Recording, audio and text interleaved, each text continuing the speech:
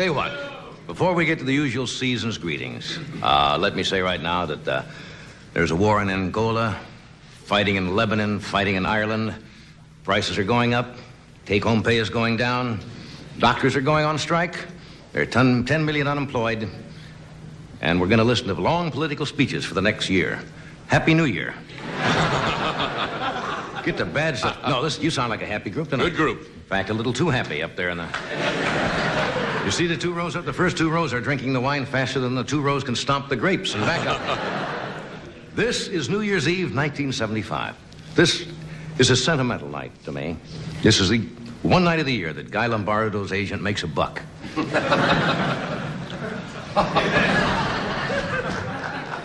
I want to start off. How many times have people said today, Happy New Year? Many times. Yeah. I want to take this to wish you all a very happy and prosperous New Year before President Ford vetoes it. Get that out quick.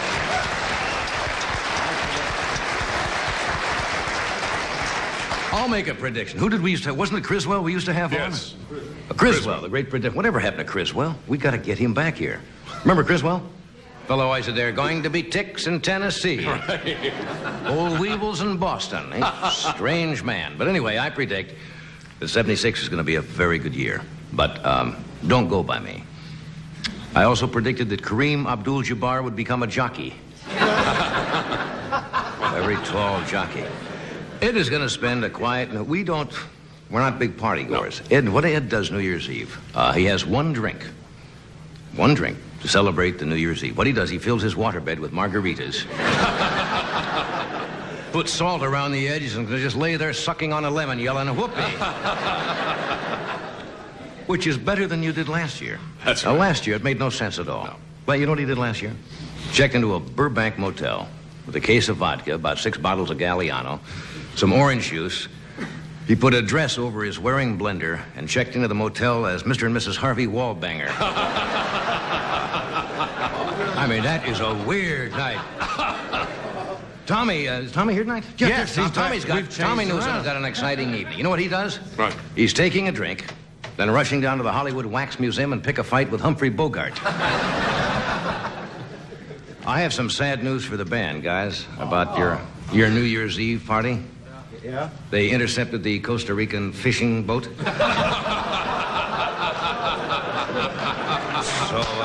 That's okay. We'll go out past the 12-mile limit. You're already past the 12-mile limit. No, this is a happy time of year. Some people get depressed right at the last day of the new year. But right after the show, we're going over to the NBC commissary because they put on a real swinging New Year's Eve party. Remember that fabulous food and marvelous hors d'oeuvres you've ever seen in your life. And the best part is you don't have to get them. They come to you. Would you believe at the NBC commissary the guacamole is the only thing that's not green?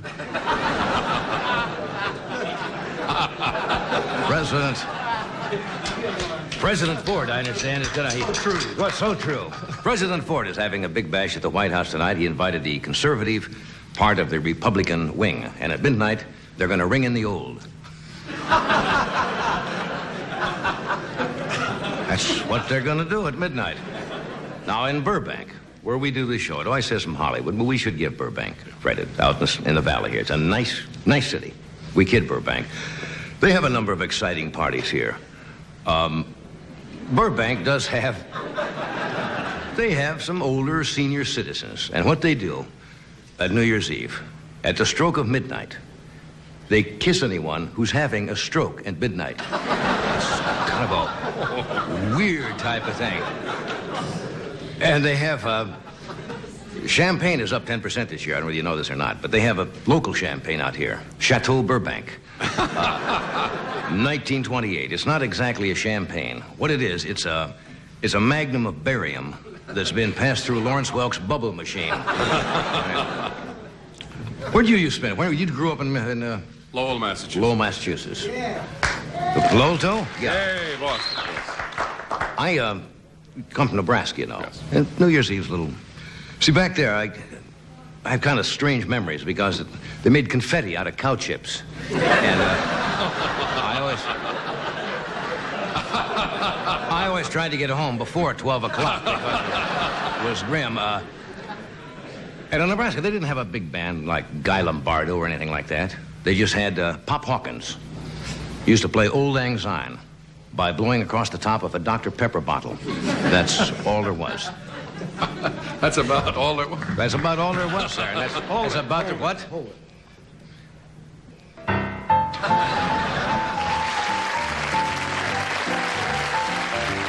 Let's not end the old year that way. That's just our way of saying goodbye to 75. Now, have you heard the commercials out here in California from Forest Lawn? They have some interesting commercials that they've been running the past few days to discourage people from drinking and driving. Forest Lawn, probably the biggest mortuary in the United States, invites people to go over to Forest Lawn and have a cup of black coffee. And they always get a big crowd. It's not so much that people go there for the coffee, but I think they want to pay their last respects to Mrs. Olson.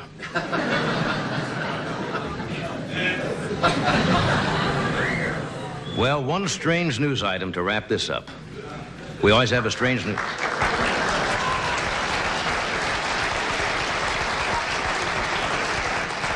You're going to go right through to the end of the year, aren't you? Oh, this is a funny item. It's from Mount Clemens, Michigan. They arrested... Well, I don't know whether you'll be too proud of this in Mount Clemens, but they arrested 3 men for going Christmas caroling in the nude, in public. That's the way they carol back in Mount Clemens, Michigan. And an elderly lady was the one who made the complaint, and they arrested the men. And she went to court, and they asked her if she could identify the men. And she said...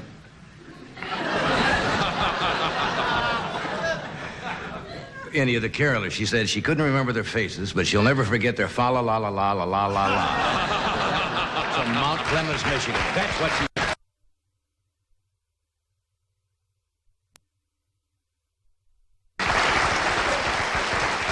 I thank those in the studio for being with us on New Year's Eve. We have Miss Joan Rivers tonight, Orson Bean, Charles Nelson Reilly, and Scatman Crothe, and we'll be right back.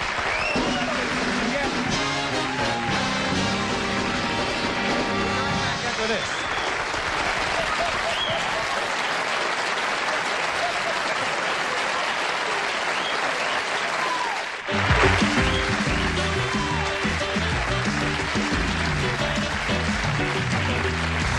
This being the last year before the new year, we thought it would be appropriate to look back on 1975, examine the events of the year.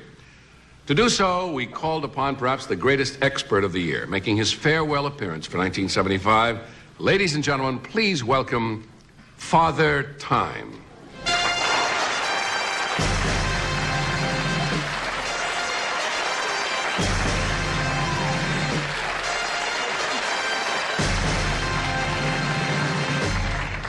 Hello. What do you mean, hell no? No. I said hello. Greetings, Father Time. Well, I'm sorry I'm a little late. My hourglass is on the blink again. Well, that's perfectly all right. Never buy an hourglass from a man in an alley. Never trust a guy with hourglasses going up his sleeve. I see.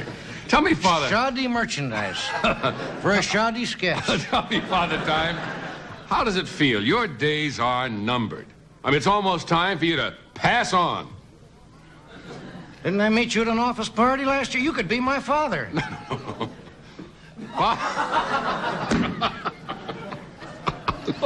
Father Time, what single thought comes to your mind when you think of the year 1975? Something my wife said on her honeymoon. Something your wife said on your honeymoon reminds you of 1975? What was that? It was over so fast. What is that you're carrying? Well, it's a gift they give you when you're ready to retire. It's a modern version of a sigh. Frankly, I hate it. Why is that? Well, they give it to you when you can't cut it anymore. Isn't the sigh part? I'm glad I'm going out this year. Will you take me with you? You don't know how glad I am. This year will be over. Isn't the sigh part of the traditional Father Time image, just like your clothing? No, my suit didn't get back from the cleaners in time. I had to borrow one of Catherine Kuhlman's old moo-moos.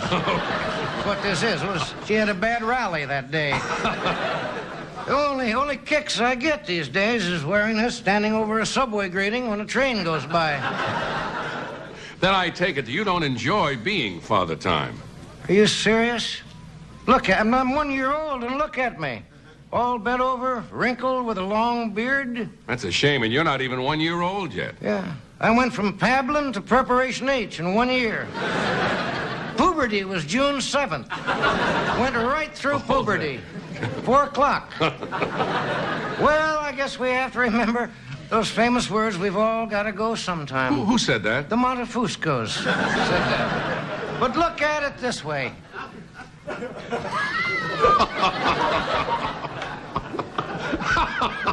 Look at it this way. I'm trying to look at it anyway. Listen to me. Death is only nature's way of telling you somebody else wants to use the tennis court. What kind of a year would say that 1975 has been? Let me repeat the question. What kind of a year would say 1975 has been? There hasn't been a worse year since 1921. What was so bad about 1921? That's the year Howard Cosell was born.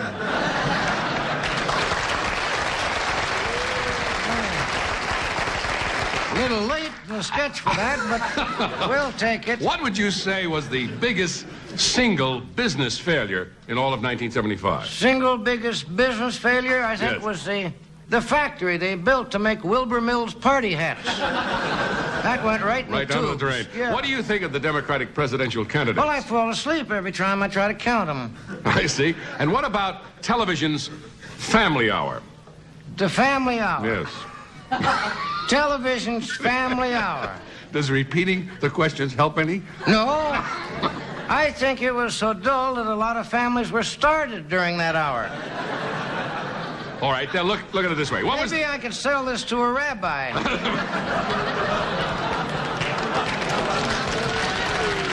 What do you think was the best thing that happened in 1975? Chick I met in Toledo. She made me look like this in April. Well, I've got to go. No. See, Father Time, I hate to see you leave. I just got to know you, and I'll never see you again. Well, I'm not leaving. I said I got to go. I I drank see. a few beers at the New Year's Eve I party. see. Father Time, I hate to see it all end. Yeah. What happens to you now? Well, I might try out for the New York Jets. My legs are better than Joe Namath's. Otherwise, I shall fade into that Never Never Land where time stands still and nothing ever happens. The guy had to blow his nose right on the straight line. Did you hear some guy honk it over there as I'm doing the setup and some guy goes,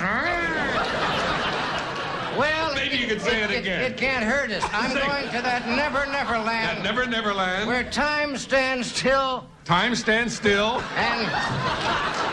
and nothing ever And happens. nothing ever happens. That's the Father Time rest home in the sky? No, that's Burbank. I'll be a That's son of a what it gun. is.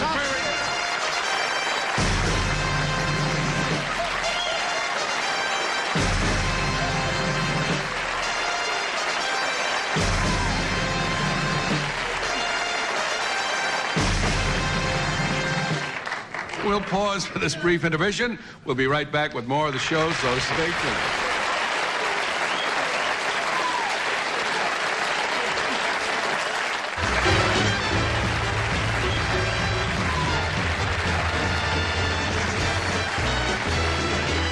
Welcome back to the last, 12 minutes of 1975? That's it? Well, there we are. It's hard to believe, but this is our 18th New Year's Eve together. That's right. 18 years we've been together. You'll drink to that. I'll drink to that. A lot of water has gone under the bridge in those years. A lot of everything. A lot has of gone under everything, the bridge yes. in It's those called years. Time a Joke. Hey, I don't know whether you saw it. Anyway, we have Joni Rivers with us tonight, Orson Bean, Charles Nelson, and Reilly, and Scatman Crothe, and we have a brand new set. It is John, gorgeous. John Shrum, our set designer, and his staff came up with for the band. Look at that. Isn't that pretty? That is sensational. Yeah.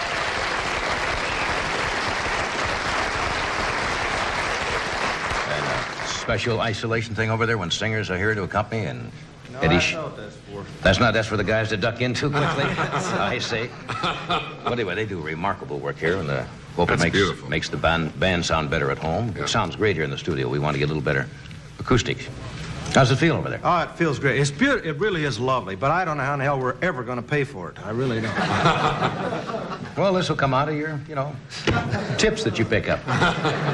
Joni Rivers is here tonight, and she is a busy gal. She works all the time. On Saturday, she will be appearing at the Host Farms in Lancaster, Pennsylvania. What's Host Farms? You're from Pennsylvania. I don't know.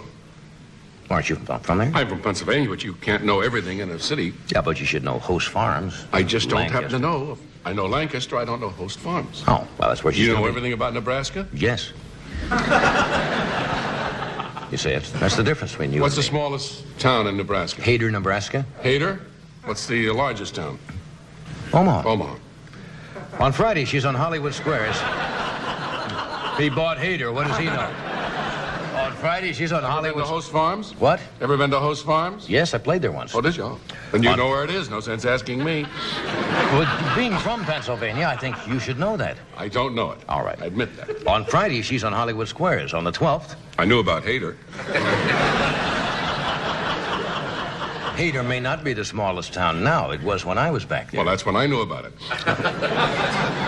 On the 12th, she'll be here hosting tonight's show. And the following night, she opens at Ye Little Club in Beverly Hills. Then she's working, I think, 2 Sweet 16 parties in Encino. And Earl Scheib is opening across. She'll be there at that opening. And would you welcome Miss Joan Rivers?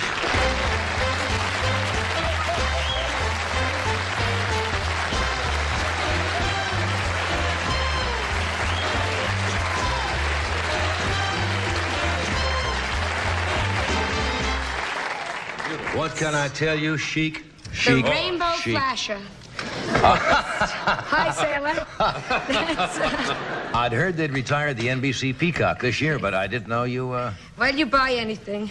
No, that's I very bought it pretty. from a Mexican widow. Who thought? That's very pretty. Thank you. So you just gave all my credits. Happy New Year. We have what? Happy New Year. Yeah, What? another 8.5 minutes. Oh, and, I'm sick of it already. What? 3.5, then we're going to cut away. Oh, gosh. Yeah. Well, Gosh! happy... You I am sick of New Year's. I'm sick of the bicentennial. It hasn't even started. I thought it was last year. They're I running bought out of Christmas bicentennial ornaments. minutes. They're bicentennials. And it hasn't somebody said to me, I did my minute a year and a half ago. Yeah. Who's left? They're running out of people, they come up with people now. Hi, I'm Stephen Garlemandong. And you say, who's Stephen Garlemand? Hi, I'm a hooker from Beverly Glen. 200 years ago today. The whole army had tried. I gave the whole army a disease. Yes, anyway. That's the way it was 200 years ago. That's the way it was. So New Year's, you depressing? Well, first of all, see, I'm so stupid Oh. that I'm an optimist. I made a New Year's resolution like a dope, because they're going to fall through. Well, no, that's a good idea. It shows a positive attitude. Yes, sir. What did you resolve? I'm going to write a book for women that hate to cook called Fear of Frying. Fear of frying. Not a heavy, but we have another minute. Well, what are you going to do? The last, you don't want to throw it all away in 75. Save the big stuff for the new year. Edgar, did you make resolutions? I made some, but they're easy to keep. Yeah, Edgar wants to have breakfast in bed. I said, good chance. Move to the International House of Pancakes. I'm not getting, You're right, though. People make them and they don't keep them. I don't keep. Last year I tried. I said, I'm going to make love 352 times this year. And Edgar said, put me down for 12.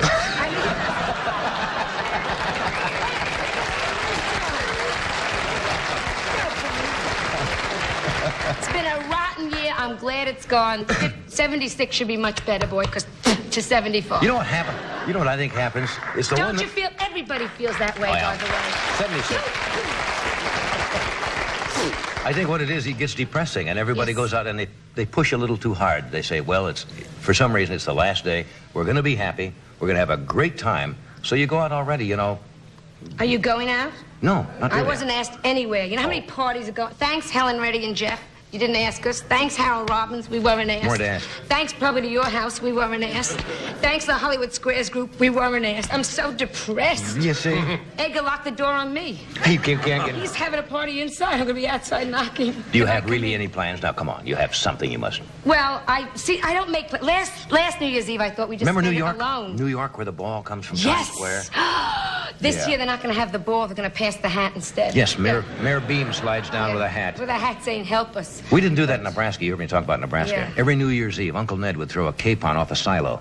And it would just come down, hit the ground. It was a small version of a New Year's Eve. No, but you have to do. Last New Year's Eve, I wanted to be very romantic with Edgar. Yeah. So I got into a black nightgown, and I said to him, tonight, you can do anything you want to with me. He said to me, get on your hands and knees.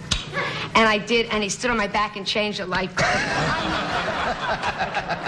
Then it's over. Edgar's not the old romantic. No, not the old romantic. You know, and I don't know why. I tried, but it's... You know why? Because we married too late. We married... Oh, I was no chicken, Johnny. Who are we kidding? Well, I never ask your age, and I don't really want to know. No, and you never will know. No, I wouldn't. You could pull a fingernail out, I'd lie. You know what I mean? I wouldn't be enough of a, cad to ask you. Cad? Cad. Boy, does that date you? Oh, not me. I don't remember anything since the Korean War. Nothing. My nurse held me up. She said, see? She got a double hernia from holding me. So you got married late and everything? Yeah, I got married. My wedding... But they say that's good because you've had all those experiences before you meet somebody. Please, I was so... the hot gift at my bridal shower was a monogrammed denture cup. I mean, we were not children. We have cut away, do we? Yes, sir. Now, now it's gonna be New are we Year. going to come back, and when we come back? Yes, are we? During this break? Wow. Oh, It'll be a whole new year. it's a whole new year. You'll see a different change in me. Okay. But you'll be a year older, you see? Says you, mister. We'll be back for the New Year's in just a moment. Stay with us.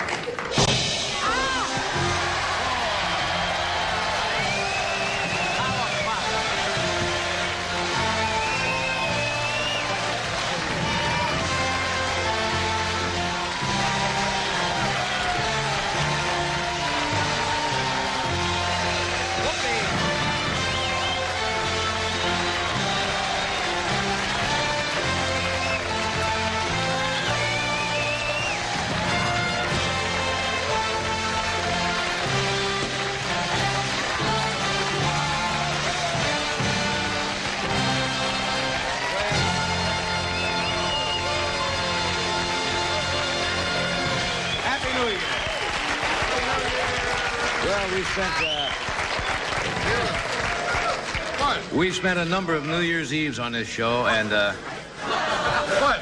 I think if we had to say anything, you said it. Let's hope that 1976 is a better year around the world for All of everybody us. in all countries, and that's all you can wish. That We should all have it's peace a happier. and happiness. That's all you can wish.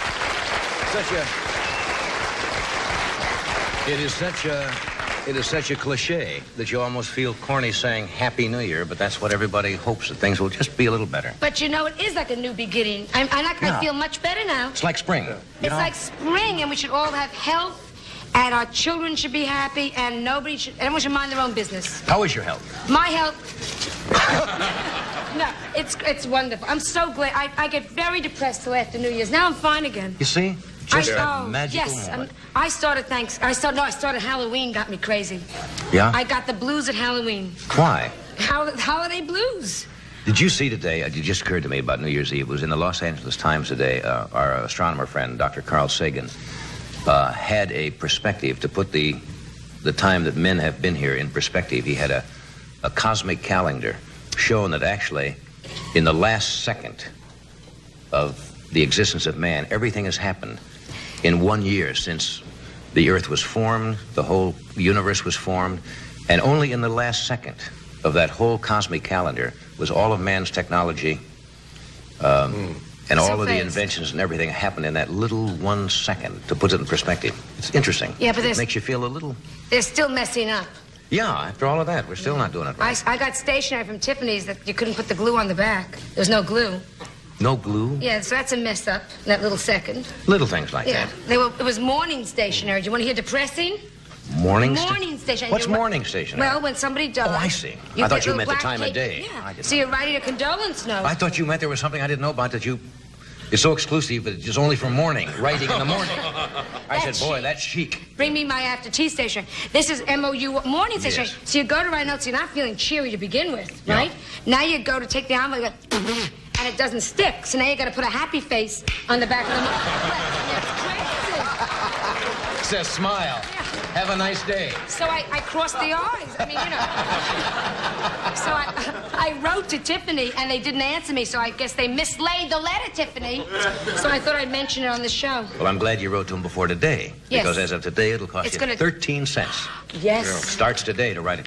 You find that happy news? It's a postman. That's a 30% increase. Yeah.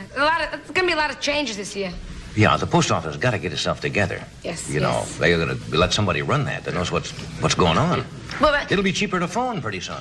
Oh, not necessarily. They'll jerk that up, too. Yeah? You know, you're going to call information. They're going to say to you, why don't you look it up? It's going to cost you a dime to have a recorded message, tell you that. That's something else the phone company wants to do now. They want to start charging people for calling information.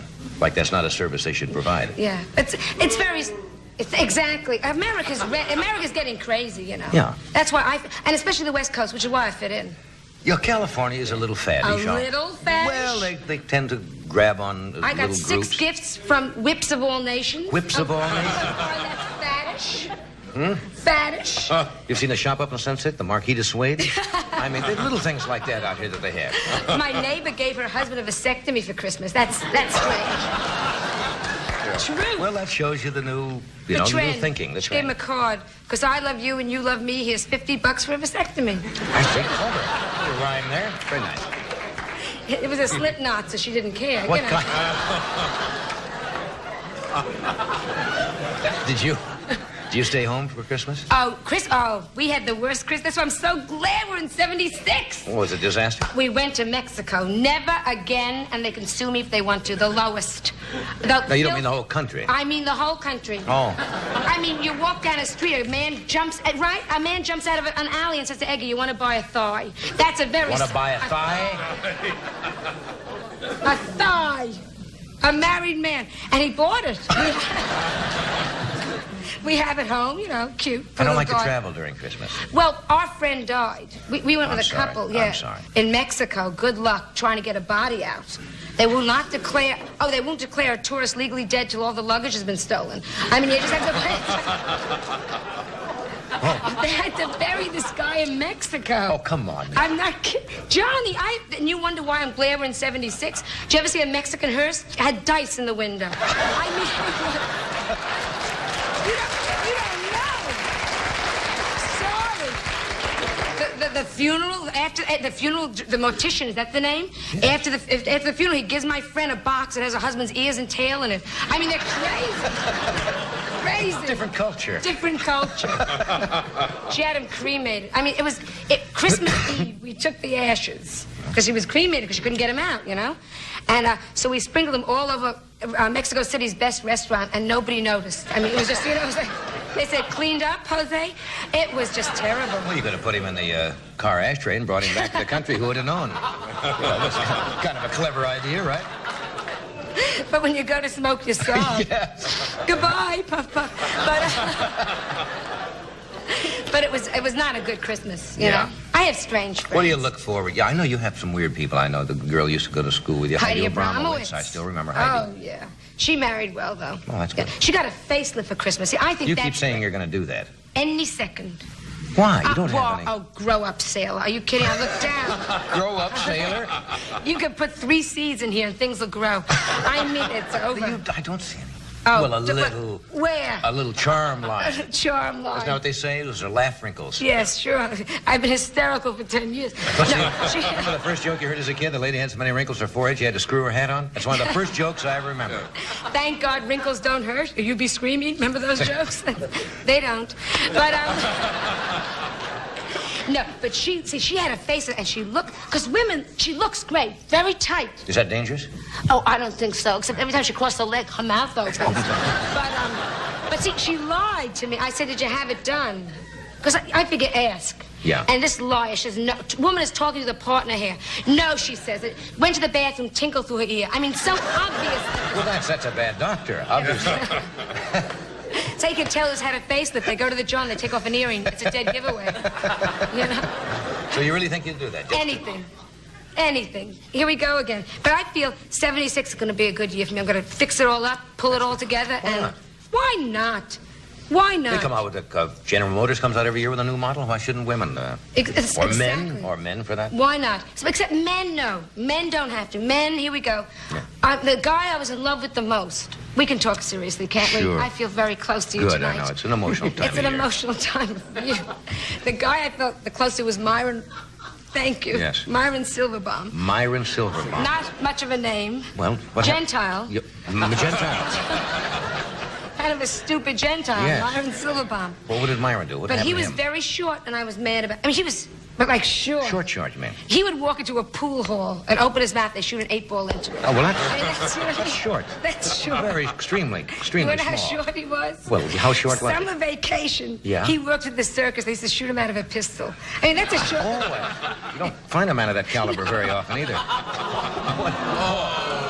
Sure. If you'd have thought of that bad joke, you'd have done it. Because I went out with strange guys. Yeah. Oh. Myron's. I went out with a dentist, 38 years old. He had no patience, so he gave himself braces. You know. So he used to give me a hickey. I'd have 12 stitches in the neck. I mean, you know, it was like, you go home to your mother, what's up? Nothing. You know, I was strange people I dated. Yeah. Well, I hope you have a happy 1976. Oh, I hope we all have a great 76. We will. It's going to be bicentennial, but... Bicentennial. Why not? Better to live here and be able to about this bicentennial to live somewhere else where they'll shoot you if you say against. Absolutely. Right? Okay. We'll take a break. Right back.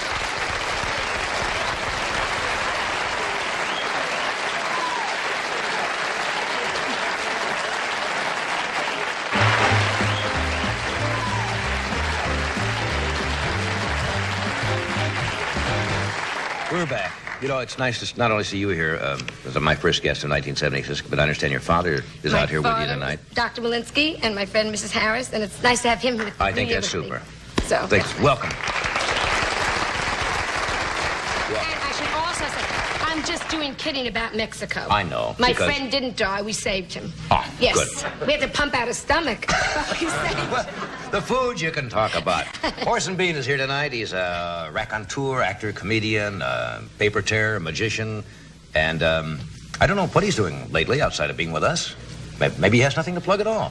Would you welcome Orson Bean?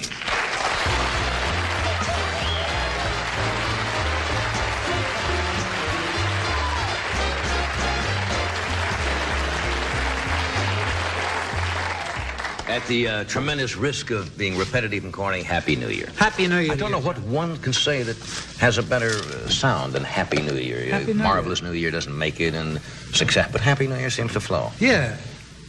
I like that, Happy New Year. Yeah. It's become a cliche because it sounded good the first time anybody said it. I wonder who the first one was that said that. I don't know. Some caveman or something? When it's only a relative amount of time since the New Year started on January 1st. I mean...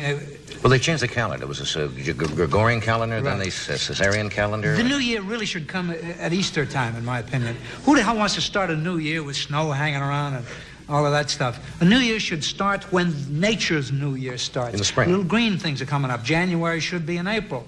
Except that would ruin April. The hell with that.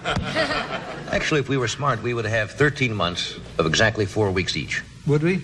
Yeah. You didn't mention, I was sure Carolyn pointed it out. doesn't make sense. That's 52 weeks. 13 weeks of... 4 weeks each. There had to have and been put an extra month in there called Mulman. Mulman?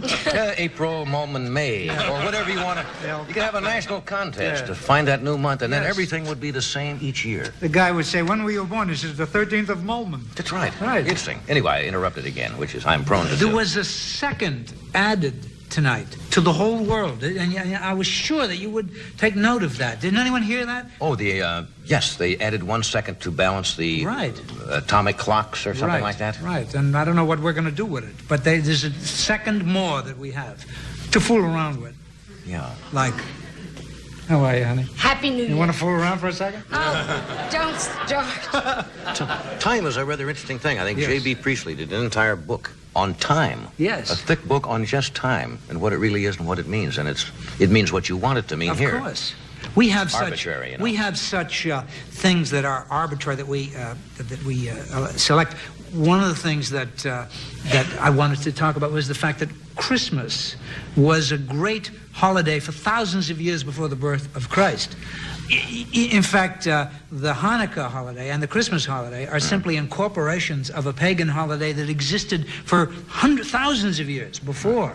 And like, even as the Catholic Church in South America tried to get the people to give up some of these pagan Indian holidays and finally said to hell with it and incorporated it into St. Cecilia's Day or something, right, where they kill the chicken, you know, and dance around. Well, Christmas, or the actual date of Christ's birth, is really lost. No, and December 25th, according to the Bible, I thought they thought it was in the spring sometime. Maybe April, maybe Molman. What do we know what they called them back then? The point is, though, that it is really the midwinter solstice plus 2 holiday. The midwinter solstice is the 23rd of December, right, and it's the shortest day of the year. Now, back in the days of the cave people, it looked to them like the sun was getting smaller and smaller in the sky. In fact, it was. And they didn't know if it was ever coming back. And if it didn't come back, they didn't go and put on the electric light. You know, they didn't turn up the heater. That was it. That was all they had. So by December 24th, the sharpest-eyed shaman in the tribe, the wisest man, would have spotted... There he is now. At least the guy didn't... Yeah, right. The sharpest-eyed man, the wisest man in the tribe, would have spotted by the 24th of December that the sun was not getting any smaller. And by the 25th, he would have been able to spot that the sun was coming back. So over the millennia, the 25th of December, even though it might have been called, the 19th of Guzunkas back then, became an enormous period of celebration. And Christmas was against the law in the church in the early centuries because it was a pagan holiday. And finally, they figured you can't lick them, so join them, and they decided to celebrate Christ's birthday on December 25th, which was already a big party. Same as the Jews did with Hanukkah. And I heard the other day that there's an African holiday on December 25th. So every religion recognizes That's an arbitrary date. Right. That's interesting. I didn't know that. Next question. What is the capital of North Dakota? Now, here's a question from Mrs. Freebie. Yes. Montauk. She'd like to know. Right. Why don't you start with a joke? All right. Start the new year with an out-and-out joke. No pretense at... There's a book called Breaking It Up, The Best Routines of the Stand-Up Comics, and they sent it to me in the advance thing the other day, and I'm in there. I'm the very first one because it is chronological above the new wave of comics. And they started way back in the 50s with me and go up through Gabe Kaplan and the David Steinberg and Robert Klein and the new ones. And they've got the first joke that I ever told on your show there, so it bears repeating. It's about the parrot. The guy who has a parrot who is in a very bad way, Joan. This parrot writes to the Lovelorn column. He's desperate for a female parrot. He sits looking out the window as the pigeons fly by anything.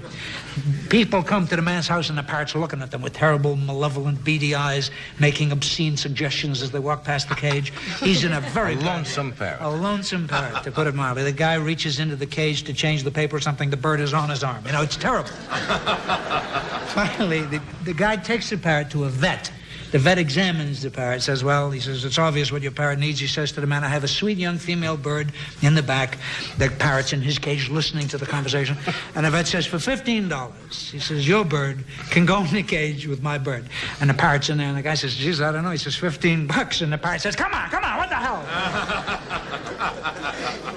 Finally, the guy says, all right. He gives the vet the 15. The vet takes the parrot, puts him in the cage with the female bird. They close the curtain. The two men go and sit down. There's a moment of silence, and then suddenly, quack, quack, quack, feathers come flying over the top of the curtain. The vet says, holy gee, he runs over, opens the curtain. The male bird's got the female bird down on the bottom of the cage with one claw. With the other claw, he's pulling out all her feathers. He's saying, for $15, I want you naked.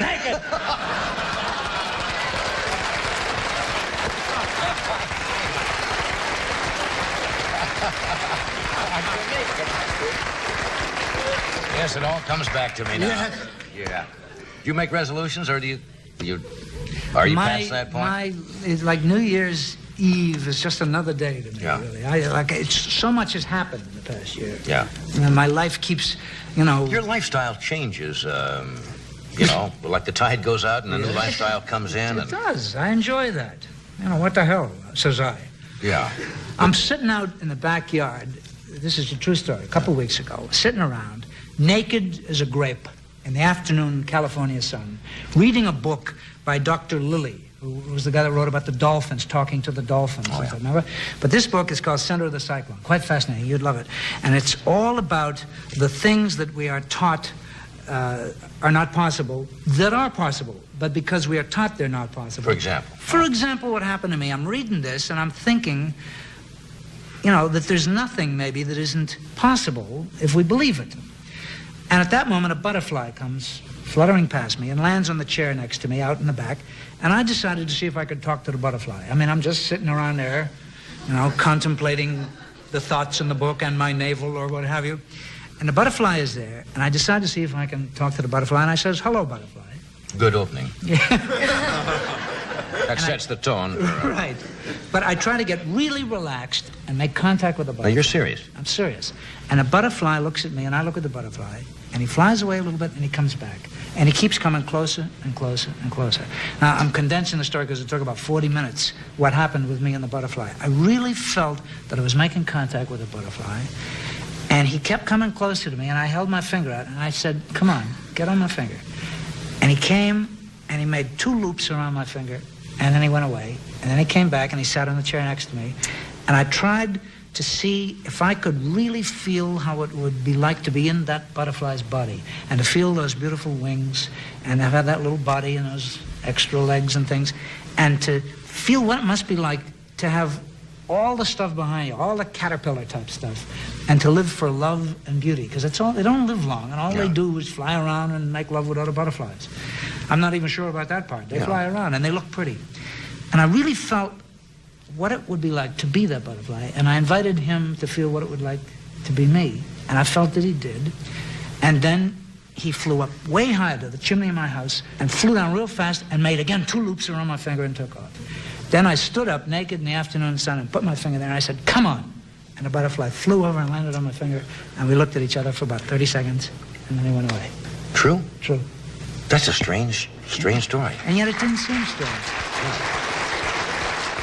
It's almost, what's the word I'm searching for? It's almost like the old saying, all is one, whether you win or we are all one and so forth, that kind of... That's the way I felt about it. Really, I felt at that moment like I was totally in touch with everything. It was interesting. Take a break here. We're coming right back in just a moment. 2 moments.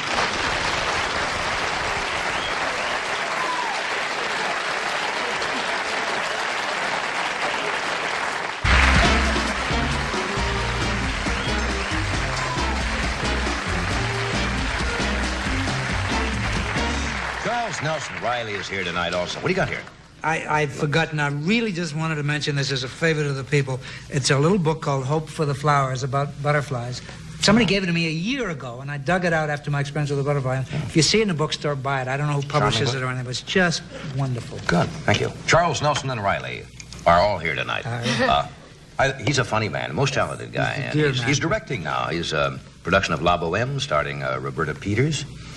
In Providence on January the 10th, and he leaves for New York soon to begin work with Julie Harris in the Broadway play The Belle of Amherst. Would you welcome Charles Nelson Reilly?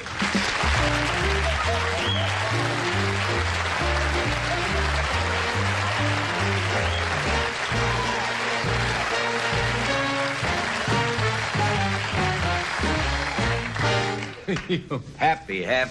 You're dressed. See, you came... Well, I'm not really dressed. I didn't have it cleaned. Oh, I see. Since the last time. You know, and I feel like it's not really... You know what I mean? But it's okay. Are you going to party tonight? Yeah, we're going to have like a dinner party. Well, that's nice. You know, just a family, the group. I wasn't asked. No, but you're going to a biggie. You're going to a big one. No? Do you do the cooking yourself at this? Because I understand you're in the... Yeah, I love to cook. I cooked Christmas Eve. Cooked a good supper. Oh. Happy New Year and thanks for everything. Well... You know what I mean? And a healthy, Happy New Year to everybody. You know? Why not, huh? I spent the whole day with my doctors and the hair man, the teeth man. Really? Got the new glasses. I'm ready for another year. No, it's true. I went all day. I have a chauffeur. 1,000-mile checkup. I have a chauffeur to do all I have to do because you can't park. You know, and I'm going to New York, so I had to get it all done. One must have a chauffeur. Well, just for the day when they glue everything together for the new year. You know, and I went to the dentist, and I said, now, is it permanent? I said, sure. Oh, the whole thing. Oh, I didn't know that. A woman coughed in the balcony, you know, everything could come off. But it's, you know, now it's terrific. It's a reissued, you know. Even took the car in this morning. Took the car in, left the car. That's why I have a chauffeur. Got in and went all day. Now I'm ready again for a new year. So you're a complete human being Completely. again. Doctor said perfect. Everything is perfect. That music was beautiful. Stephen, wonderful. Lovely. So I'm fine. Stephen? Well, just jokes. You know, I the see. set is beautiful. They look wonderful. Yes, I do. Beautiful. The men do. Yes, They everything. do in that set. Bumblebee wanted to talk to you. He's on your answering service. By the sweetest thing. When he buzzed twice, hang up. Yes. He's got to leave, though. He's got a party to go. I thought that was a charming. Have you ever had an yes. experience like that? It is almost a religious type of an experience. No, it's true, though. My friends that live in Connecticut, I have two wonderful friends. Thank you. I wonder if that was for the hair, the eyes, or the teeth. Well, it might be for your car. I love you. What? No, but these two ladies have two farms in Avon, you know, and one feeds chipmunks, and one feeds, not the chipmunks, you see. The same kind of houses, separated by 200-300 yards. One and they feeds feed the chipmunks and one one loves doesn't. the chipmunks. Here's your chipmunk food. And the other one doesn't like the chipmunks because they eat the bulbs and the seeds. Oh, I see. And they'll feed the squirrels and the birds. So the one that doesn't like the chipmunks plants in a certain order all the bulbs in the fall. Mm-hmm. The one that loves the chipmunks doesn't plant bulbs. So during the winter, it's true, the chipmunks dig up the bulbs, carry them over to the other yard. And replant? And replant them in exactly the same formation. Tell that to your butterfly. No, but I mean, these are stories. I mean, you know, it's true. Well, animals, they say, have a certain Oh, it's wonderful. intelligence there. I'm going to direct a thing. I have a funny story to tell you about. Being a director is hard. I would Because imagine. you're the director. You know, and they come to you and they say, do you want 2 doors or 1? And you go, well, oh, it's me. Well, I guess I'll go with the 2 doors. 2 doors. Oh, sweet. Big And, you know, you're the one that has to decide what color socks. You know, and you always want to look around for Harry. Then you're the director. And you're going to direct Julie Harris? Yes, we worked on it for 8 years. I think we're ready. 8 years? Yeah. That's true. Those projects, you know, takes a long time. You know, you're writing a book. We're going to work on that. Takes a while, but 8 years we worked on it. You're a good director, I hear. I'm a wonderful director. I love to direct. I direct at home. Like, don't put that there. Mm-hmm. I'm one of those. You know what I see. mean? Neat everything has to be. No, I'm a mess. But I'm always telling everybody what to do. There are too many red balloons. You know what I mean? And you get tired of that. But that's what, so I figured I'll do it, I'll get paid for it. Instead of saying that's the wrong saucer. But I directed one play once, it was very funny. And what you learn about when you direct a play is that the set designer only looks at the set. Costumes. The costume designer only looks at the clothes. And the light guy looks at the light. It's fine. And I have to look at the acting, because without the acting and the life, there's no play. You know what I mean? There's nothing. I don't want to see a pretty thing. You know, that's something else. I want to have a life that the audience can relate and maybe learn something from. So I'm in the balcony, and the leading lady, who was a celebrated actress, was very drunk. This was in the previews. Mm-hmm. And we had done the play out of town. It was a triumph, and now everything was changed because it was New York. You know, you get ready for the big city, New York. So she was a little drunk, and the producer was sitting with me in the balcony during the previews. And she said, oh, those diet pills are causing her to make such strange moves. I said, they're not diet pills. They're in a very big bottle with a red label. And so the lighting guy, as I'm watching this horrible scene in the second act, the lighting man comes behind me, who's now a very famous lighting man, the most famous, whispers in my ear, Mr. Reilly, the light coming through the window will not be like that on opening night. I said, David, I don't really care about the light coming through the window. And watch the scene. Then the next night he comes to the next preview. The light coming through the window will not be... I said, it doesn't matter. So... Finally, in this play, which was No Coward, they're always lighting cigarettes. You know what I mean? You're constantly smoking cigarettes, darling, and it's much the cigarettes. And she has this big dress on like a parachute, and it catches on fire. Oh. Now, I'm not talking like, you smell something burning, like... You mean I'm fire, talking fire. your basic flash. You know what I mean? I'll show you fire. Right. So I'm in the balcony, and there she's on fire. And as she's burning, and the audience is screaming, he comes to me and says, Mr. Reilly, the light coming through the window. I said, David, it doesn't matter. The leading lady is on fire. I mean, who cares? But it's true. It's true. Well, I assume you hosed her down quickly, and she was all right. Oh, she was fine. Nothing ever happens. You know that. It happens, but it doesn't happen. Yeah. You know? Like in God's Favorite, the last play I was in, this huge rock fell right in the middle of the scene. We had rocks in the second act, and they're stored in the first act because there's no room backstage. You know, it's not like a movie where there's a lot of room backstage. If you come off the stage, good night, Philip. Oh! And you have to go down the hall. Like that, you know, I mean, it's Broadway. You know. Good night. Certainly. So they've stored the rocks over Butterflies Are Free is my favorite play. So a rock fell down. So the rock fell down, but no one was hurt. But these things happen all the time. That's but what it'll makes- be all right. That makes what makes theater what it is. It'll be a smash. It'll be fun. Do you know the word that they have in the theater for making do when something goes wrong? It's called swallowing the saw. Swallowing the file. The file. It says swallowing the file is what you do when something goes wrong. And it came from a play that was originally produced, a prison melodrama, where the guy is ready to escape because his mother has baked a cake with a file in it. And he gets the file out and is just about to make his escape by sawing through the bars, and he has a gun and everything.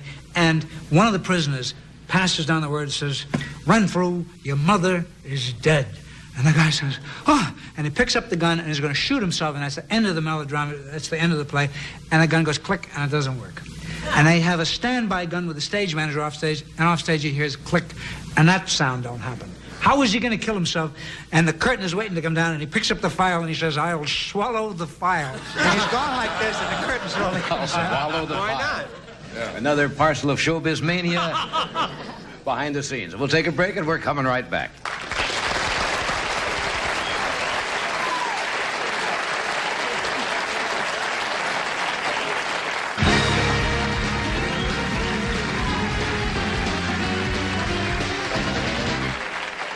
Have any more untoward things happen? while Well, you're- opera, I'm going to direct it now. Opera is funny, you know, because you never know what happens in opera. You have no time to really direct it. You have to do it very fast. You have 2 or 3 hours, and then it's a run-through of an act.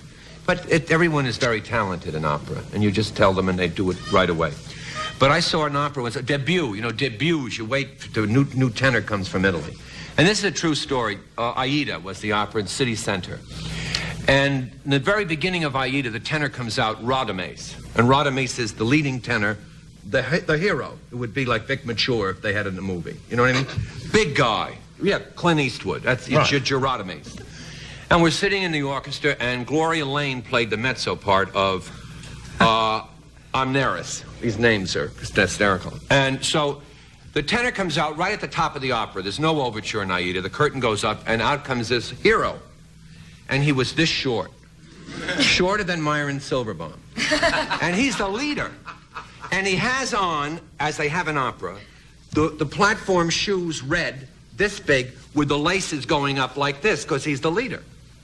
And then you sit there, you go, the whole audience goes. And even with the shoes, he was that short. Still short, but those shoes are like this with the laces up, and the cape, you know. And the whole audience goes, you know, because, and then he opens his mouth. You figure, gotta be fantastic. Yeah, otherwise, And everyone gets ready for his first phrase, which is "E quel gioiello fosse." I mean, if anyone cares, for the New Year. So and you realize not only is he a dog to look at, and this is the New York debut, cannot sing at all. Then the Amneris, the mezzo, has a hat on like Nephrodite. You know those hats that go way back? And you know in a play, you must try on your costumes first. See how it works. And I always go, oh, that'll be fine. You never try it with the clothes. Right. Try that with the clothes. Right. So what happens is they get to a part where he has to kneel in the second act to get the hero's wreath, and she's got to put the hero's wreath on him. Now, probably he got there that afternoon from Italy in the plane, right? First time in the shoes, and she's got the hat. So she has to have the hat like this because it goes way back like this, and she has the wreath, and the cue is coming in the music. Then it comes time for him to kneel. Now, he can't kneel because he can't get it back. The shoes are so big. So finally, he gets down, and he's 2 feet from the ground. And she's 5 feet above him with the wreath, then on her face. It's, oh, why didn't we try this with the shoes and the hat earlier today? She's done for. So what she did is she just, what the hell, ring toss. What can you do? She just went, whoa. And it landed on his head like this, and the problem was he turned right to the audience. And It was just disaster. He went back to Italy. I think the opera was over 10 after 11. He took the red eye. The red-eyed Italy. Got the red-eyed Italy. But you must always try with the clothes. Remember that, folks, out there in the theater. We'll be right back after this. Try it with the clothes. The red-eyed Italy.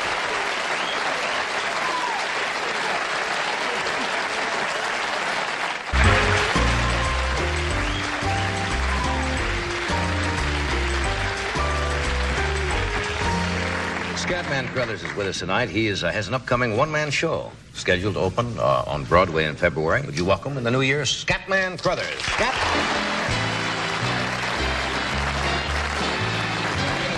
Happy New Year to you, Joan. I got to tell you this. Yeah. Before we say anything else, I've enjoyed doing your show in 1975.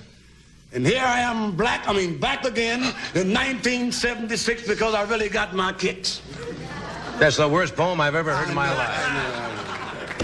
Happy New But Year. you was asking a while ago who was the first one to say Happy New Year. Yeah. You know what the first one was? Adam says, Happy birthday, Eve. Well, he told me it would die. Yes, well, somebody told you right.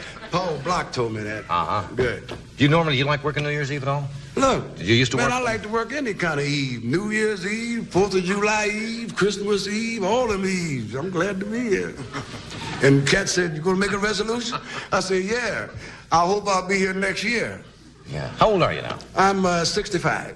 65 years 65. old. Well, you'll be here next year. You know, Johnny, years ago when I was a kid, I used to do shows for the kids in the neighborhood, you know. I was about 5 and a half. And I used to do a great magic trick for the kids. And I like to do it for the folks here in 1976. It's a very, very fine magic trick. I used to tell the kids, and I say, kids, you see this penny? I'm going to take this penny and put it in my right pocket, and I'm going to say the magic words, and that penny is going to go over into the left pocket. Now, I'll say the magic word. Now, the toughest part about this trick is trying to get this penny back over into the other pocket. So I'll say the magic word. There it is, kids, right there. I didn't see it, did you? Good movie.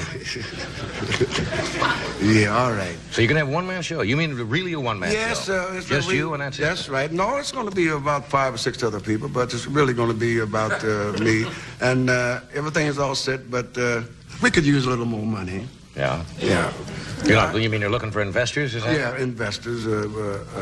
We need we need a little more change. Uh-huh. Yes, but so far we're doing all right. But if we get maybe a couple of more investors, I think the show will go on, which has got to go on with investors or no investors. Because I got to get to Broadway. The only time I've ever been to Broadway when I was walking down Broadway. And for me to get there and do a show would be a blessing. That'd be a great year for you. That's right, man. Okay. I appreciate it. We'll take a break. We're coming right back. Happy New Year, y'all.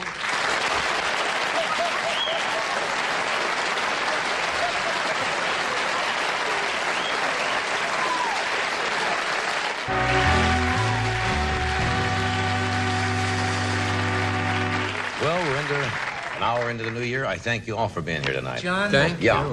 Scatman's trick reminded me. Did you see Doug Henning? I sure did. The World of Magic. Wasn't it a wonderful? Isn't he wonderful? It was a great show. I think his friend David Susskind produced that, and Right. it shows you that magic can be done on television effectively I think if the man's as a showman. magician, he is without peer. Yeah, it was a super show. He's got a number of other specials up his sleeve, ready to go too. John Yes. Carson is the best magician. Yes. Well, I'll bring my act on I'm not some going to night, mess but- up 76. I need That's the show. right. You are the best, John. Thank you, Charles. Thank you, sir. Thank you, I'll see you Orson. soon. Thanks.